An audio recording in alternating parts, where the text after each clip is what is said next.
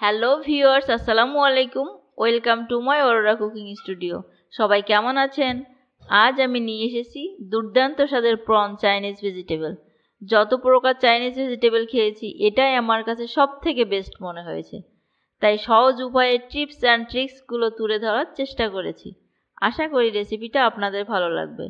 চলুন দেখে নিই কী কী লাগছে আজ আমার এই ভেজিটেবলটা রান্নার জন্য।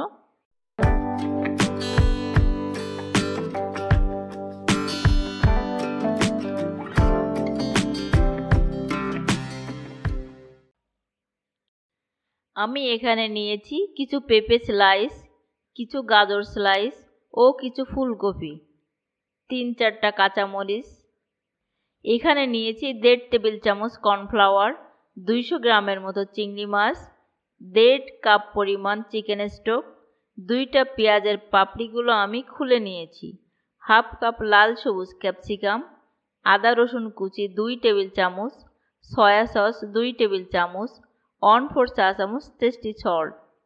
এটা অপশনাল, চাইলে এটা আপনারা স্কিপ করতে পারেন। এখন আমি কর্নফ্লাওয়ারটাকে একটু পানি দিয়ে গুলে রাখবো, এটা গ্রেভিটাকে ঘন করার জন্য লাগবে। এখন চিংড়ি মাছটাকে আমি সামান্য লবণ ও লেবুর রস মাখিয়ে এটাকে ভেজে নিব। এখন প্যানে দিয়ে দিচ্ছি সামান্য রান্নার তেল। তেলটা একটু গরম হলে দিয়ে দিচ্ছি চিংড়িগুলো। এগুলোকে আমি হালকা ব্রাউন করে ভেজে নিব। এভাবে একটু উল্টে পাল্টে এগুলোকে ভেজে নিব। চিংড়িগুলো ভাজা শেষ, এগুলোকে আমি এখন উঠিয়ে রাখছি। বাকি তেলে দিয়ে দিচ্ছি আদা রসুন কুচিগুলো, হালকা ব্রাউন করে ভেজে নিব। আদা রসুনগুলো ভাজা হয়ে গিয়েছে।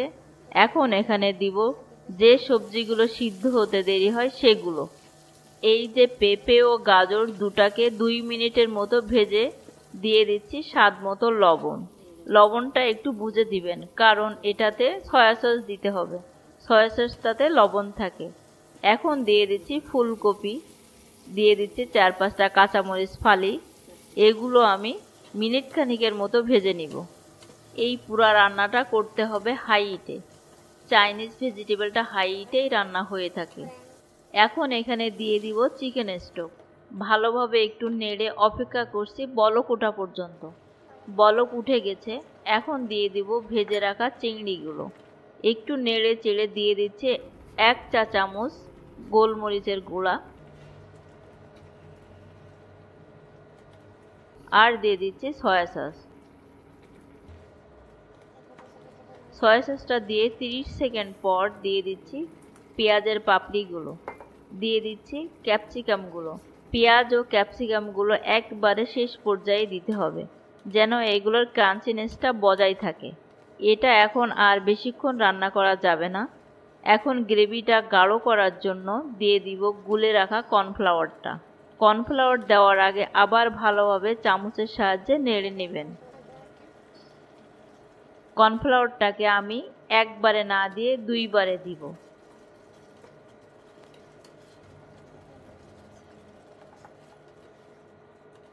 সব শেষে অ্যাড করব টেস্টি সল্ট। ভালোভাবে নেড়ে মিশিয়ে নিব।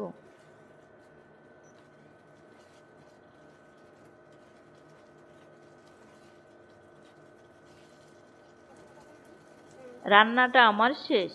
এখন চুলাটাকে অফ করে আমি এটাকে সার্ভ করে দেখাচ্ছি।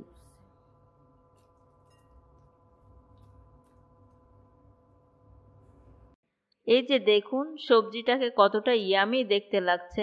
এটা শুধু দেখতেই ইয়ামি লাগছে না, খেতেও অনেক ইয়ামি। আশা করি রেসিপিটা ভালো লেগেছে। এই রকম সহজ ও মজার মজার রেসিপি পেতে আমার চ্যানেলটাকে সাবস্ক্রাইব করে পাশে থাকা বেল আইকনটা প্রেস করুন। আল্লাহ হাফেজ।